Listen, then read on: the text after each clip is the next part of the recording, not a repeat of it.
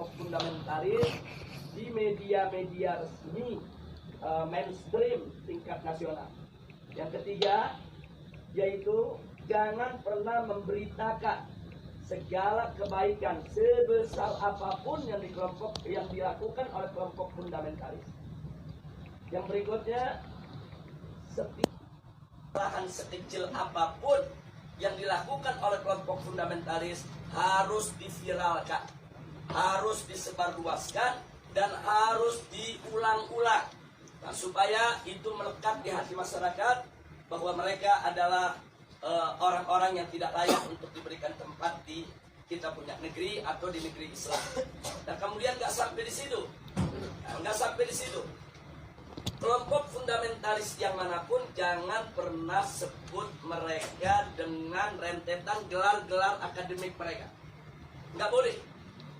Apakah itu gelar-gelar kehormatan di tengah masyarakat atau gelar akademik, profesor, doktor, dan lain sebagainya. Jangan. Cukup sebut namanya aja untuk mengopinikan di masyarakat bahwa kelompok fundamentalis itu kuper, bodoh, tidak berpendidikan, tidak punya gelar, nggak ngerti dunia akademik, dan seterusnya. Jadi cukup sebut nama mereka, tidak perlu diberikan embel-embel yang lainnya. Nah, kemudian nggak sampai di situ. Jadi masih banyak lagi yang mereka lakukan apa yang kita alami saat ini di kita punya negeri. Nah, bagaimana para habaib, para ulama kita, bagaimana tokoh-tokoh kita di Majelis Ulama Indonesia, yaitu mereka kerdilkan, mereka kecilkan, mereka recehkan, mereka hina-hina, bahkan mereka mencoba mencari kesalahan-kesalahan, bahkan kalau nggak ada kesalahan, kan buatlah fitnah-fitnah yang bisa diterima oleh masyarakat tentang mereka. Dan ini akan mereka lakukan terus. Jadi artinya bagaimana cara menghabisi kelompok fundamentalis? Satu, kerdilkan mereka. Dua, jauhkan mereka dari masyarakat. Kemudian ketiga, yaitu bidik daripada para tokohnya. Kalau bisa dirangkul, dirangkul. Kalau nggak bisa dirangkul, dipukul. Bisa dipeluk, nggak bisa dipeluk, digebuk. Nah, jadi ini yang mereka lakukan. Nah, baik, sekarang yang kedua. Lalu bagaimana dengan kelompok modernis? Kelompok modernis bagi mereka yaitu statusnya aman. Bagi mereka statusnya aman. Aman, statusnya aman, sehingga perlu diberikan ruang. Diberikan ruang publik, diberikan ruang media, diberikan ruang dalam sistem pemerintahan, perlu didengar suaranya. Dan kalau ada dari mereka yaitu punya kesalahan, tutup itu kesalahan, jangan diviralkan. Kalau mereka melakukan kebaikan, sekecil apapun kebaikan, maka itu harus diviralkan dan harus disebarluaskan. Dan penyebutan nama mereka harus lengkap dengan segala macam rentetan gelarnya, gelar kehormatannya, dan seterusnya, dan seterusnya. Jadi posisi mereka dianggap aman. Nah, kemudian yang ketiga, kelompok liberalis. Kelompok ini mereka berikan status sangat aman. Nah, kenapa diberikan status sangat aman? Karena kelompok ini bukan hanya sekedar dianggap kawan, tapi sudah dianggap sebagai antek. Beda kawan dengan antek. Kalau modernis itu masih kawan barat, tapi kalau sudah liberalis itu antek barat. Nah, jadi mereka sudah tidak ada nilai kritis sama sekali. Nah, tapi justru kelompok ini yang mereka besarkan. Kelompok ini harus dibesarkan di seluruh negeri-negeri Islam. Jadi bagaimana caranya kelompok ini bisa berkembang? Berikan ruang, berikan finansial, berikan tempat, berikan kesempatan di media, di TV, di radio, di surat kabar, dan lain sebagainya. Kemudian pendapat-pendapat mereka viralkan, seolah-olah itu merupakan pendapat daripada masyarakat Islam internasional dan seterusnya. Dan libatkan mereka, undang mereka kalau ada konferensi-konferensi internasional di mana saja, untuk lebih memantapkan posisi mereka di tengah masyarakat. Dan kalau mereka punya kejelekan, sejelek apapun, sebesar apapun, yaitu supaya disembunyikan. Jadi jangan kaget kalau tokoh-tokoh liberal di Indonesia ada di antara mereka yang menghamili sekretarisnya, yang memperkosa pegawainya, tidak pernah muncul di media. Jadi semua harus ditutup, tidak boleh. Tapi kalau mereka melakukan kebaikan sekecil apapun, maka kebaikan itu harus terus, yaitu dieksplorasi untuk kemudian diviralkan, disebarluaskan ke mana-mana. Nah, ini maka itu disebut ini kelompok status sangat aman. Yang terakhir, yang tradisionalis, kelompok ini masih diberikan status waspada. Loh, kenapa dikatakan waspada? Sebab kelompok ini walaupun mereka bukan fundamentalis, tapi memiliki 3 ciri yang sama dengan fundamentalis. Sehingga kelompok ini harus diwaspadai. Kalau kelompok ini tidak dijaga, maka nanti kelompok ini setiap saat bisa berubah menjadi fundamentalis. Nah, maka itu usul mereka, kelompok yang keempat ini dijaga. Nah, maksudnya dijaga bagaimana? 1, jangan kasih mereka berdekatan dengan kelompok fundamentalis. Sebab kalau kelompok tradisionalis dengan kelompok fundamentalis duduk bareng satu meja, satu kursi, mereka diskusi, maka kelompok tradisionalis berpotensi besar untuk berubah menjadi fundamentalis. Karena perbedaan mereka cuma sedikit, perbedaan definisi ta'rif ad-demokratiyah. Itu aja yang mereka berbeda. Tapi dalam soal dukungan terhadap tatbikus syariah, dukungan terhadap igamatul khilafah, dukungan terhadap sikap kritis terhadap barat, sama. Nggak ada beda antara fundamentalis dengan tradisionalis. Mereka hanya berbeda di dalam mendefinisikan demokrasi. Yang satu mendefinisikan ya demokrasi bertentangan dengan hukum Allah sehingga harus ditangkap. Bahwa demokrasi itu hanya satu cara yang kalau dibawa ke dalam ajaran Islam dia bisa Islami, kalau tidak, kalau dikeluarkan dari ajaran Islam dia bisa bertentangan dengan ajaran Islam. Hanya ini saja berbeda. Nah, kalau mereka duduk bareng diskusi, maka kelompok tradisionalis berpotensi besar berubah menjadi fundamentalis menurut mereka, menurut Rand Corporation. Maka itu fundamentalis dan tradisionalis tidak boleh bersentuhan, harus dijauhkan, bahkan harus diadu domba. Nah, ini yang terjadi di Indonesia saat ini. Bagaimana supaya dua kelompok ini diadu domba? Nah, kenapa ini yang harus diadu domba? Karena kelompok fundamentalis mereka punya basis massa. Kita bicara basis massa akar rumput. Nah, yang memiliki basis massa akar rumput yang sangat kuat hanya kelompok fundamentalis dan kelompok tradisionalis. Maka itu kalau ini bersatu, ini akan menjadi satu kekuatan umat Islam yang maha dahsyat, yang bisa merontokkan kekuatan mereka, sehingga mereka akan melakukan berbagai macam upaya bagaimana dua kekuatan ini untuk tidak bersatu. Nah, itulah sebabnya aksi 212 di mata mereka ini merupakan persatuan antara fundamentalis dan tradisionalis. Dan mereka sangat panik, mereka sangat kalap, karena yang masuk dalam aksi 212 itu dari semua elemen umat Islam. Apapun organisasinya, apapun partai politiknya, apapun mazhab pemikirannya, mereka datang, mereka tidak tanya Anda NU, Anda Muhammadiyah, Anda FPI, enggak. Mereka enggak nanya Anda P3, Anda PKS, Anda PKB, enggak. Mereka enggak nanya. Mereka enggak nanya mazhab, Anda Syafi'i, Anda Hambali, Anda enggak. Mereka enggak nanya Anda ini termasuk yang Aswaja, yang Wahabi, atau yang Salafi dan lain. Enggak ada. Mereka hanya tahu Anda Muslim, saya Muslim, kita datang untuk bela Islam. Justru ini yang menakutkan musuh. Nah, karena ini membuat mereka panik dan mereka kalap. Akhirnya semua tokoh-tokoh yang terlibat dalam aksi 212 mereka kriminalisasi. Sebagian ada yang dimakarisasi, sebagian ada yang diterorisasi, sebagian ada yang dikriminalisasi. Yang diterorisasi umpamanya Ustadz Bakhtiar Nasir, dikait-kaitkan gerakannya dengan ISIS, dengan sumbangan untuk teroris dan lain sebagainya. Ini namanya terorisasi.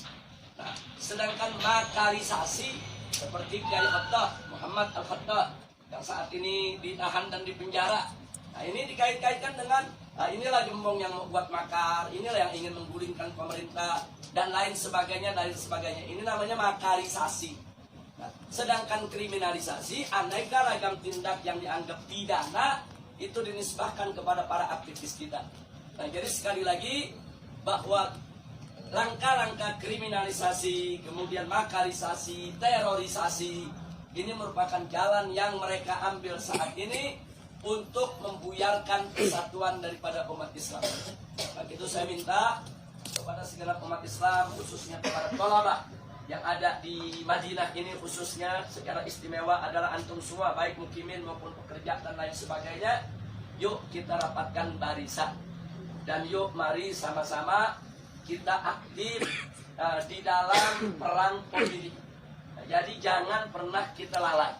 Jadi jangan lupa, ini handphone yang Anda pegang ini di zaman sekarang bisa menjadi senjata yang luar biasa.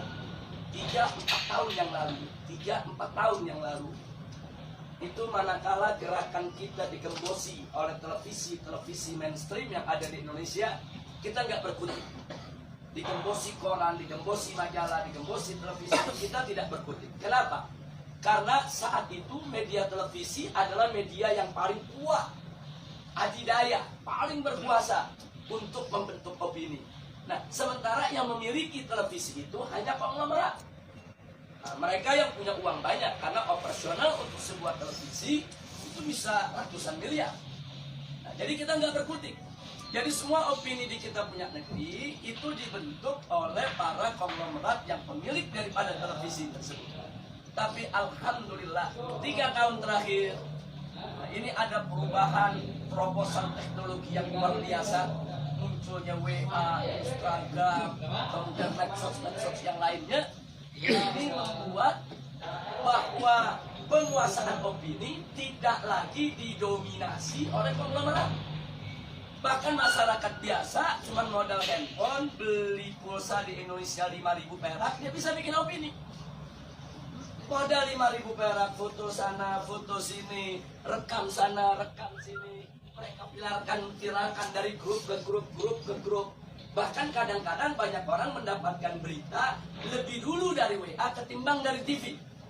Lebih dulu dari WA ketimbang dari radio. Lebih dulu dari WA ketimbang dari majalah dan koran. Nah, ini luar biasa. Artinya apa? Dalam kondisi yang seperti ini, alhamdulillah umat Islam ini pandai menggunakan kesempatan. Jadi kita lihat secara tidak direncanakan, tidak ada rapatnya, tidak ada musyawarahnya, tidak ada pendaftarannya, tahu-tahu muncul Laskar Cyber Muslim. Netizennya nggak main-main itu, yang mendukung itu. Itu kalau ada satu akun menyerang Islam, itu bisa ada jutaan akun menyerang balik kepada bersangkutan. Jadi artinya ini kan nggak ada kan kantor Laskar Cyber Muslim, nggak ada. Nggak ada. Siapa pemimpinannya, ketua umum Laskar Cyber Muslim? Nggak ada. Ini muncul begitu aja di dunia media. Tapi jangan lupa, justru Laskar inilah yang berjasa besar dalam setiap aksi bela Islam yang ada di Indonesia. Jadi mereka yang memviralkan berita, mereka yang membuat pertahanan opini, mereka yang bentuk opini. Kalau ada opini-opini buruk terhadap para ulama, para kiai, mereka yang membendung, mereka yang hantam balik, dan seterusnya dan seterusnya. Dan kekuatan mereka dahsyat. Dahsyat. Itu kalau dihitung daripada frekuensi yang ada di dalam medsos, itu kekuatan netizen yang ada di Laskar Cyber Muslim ini lebih dari 2 juta orang. Jadi nggak main-main, mereka bisa bentuk opini. Nah ini yang mesti kita jaga, ini yang mesti kita satukan. Nah makanya di negeri kita, Indonesia, sekarang begitu mereka kalang kabut. Promo WiFi Pura, diskon hingga 70%. Download Pegi-Pegi sekarang. Pegi-Pegi yuk. Melihat serangan medsos, mulailah ada undang-undang untuk membatasi medsos. Nah, bikin aturan-aturan supaya medsos nggak sembarangan. Iya, karena mereka kalah. Kalau mereka menang, mereka nggak bikin aturan. Sama dengan kemarin di Jakarta, pada saat ada pilkada, begitu mereka kalah spanduk, KPU bikin aturan. Di putaran kedua tidak boleh ada spanduk, karena udah kalah spanduk. Loh kenapa bisa kalah? Karena di masyarakat Jakarta, secara sendiri-sendiri, bukan dibayar oleh calon gubernur, mereka bikin spanduk di mana-mana. Jadi spanduk calon yang seberang sana kalah banyak. Akhirnya bikin aturan nggak boleh ada spanduk. Nah, jadi seperti itulah cara mereka. Pokoknya mana yang kira-kira merugikan mereka, mereka bikin aturan nggak ada. Jadi mereka berani berbuat curang secara terang-terangan. Jadi kalau pilpres sebelumnya ada serangan fajar, kemarin ini saya sebut bukan serangan fajar, tapi serangan barbar. Loh, kenapa saya sebut serangan barbar? Mereka nggak tanggung-tanggung nyerangnya pagi, siang, sore, malam, terang-terangan. Di Jakarta ada hujan sembako banjir duit luar biasa. Nah, jadi memang itu peristiwa luar biasa, tapi alhamdulillah Rabbuna yansurul muslimin. Amin. Rahmatul muslimin di Indonesia, walhamdulillah ala barakatillah subhanahu wa ta'ala. Allah masih memberikan kemenangan kepada kita sampai saat ini. Sebelum saya akhiri, mungkin nanti ada yang ingin menambahkan atau ada ingin bertanya atau minta penjelasan.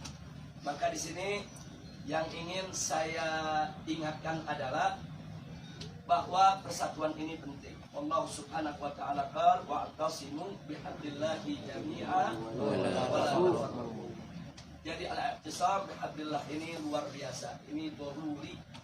Jadi kita harus bersatu dalam iman, bersatu dalam Islam, bersatu dalam ihsan, bersatu di dalam penegakan hukum Allah Subhanahu wa taala. Wala tafarraqu, dan jangan sekali-kali kamu bercerai.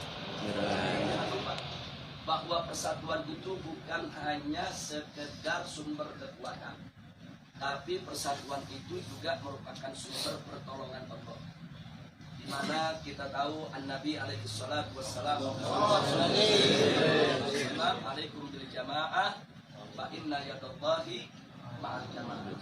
Jadi wajib atas kamu sekalian, yaitu berjamaah, bersatu, bersaudara, yaitu berjuang bersama.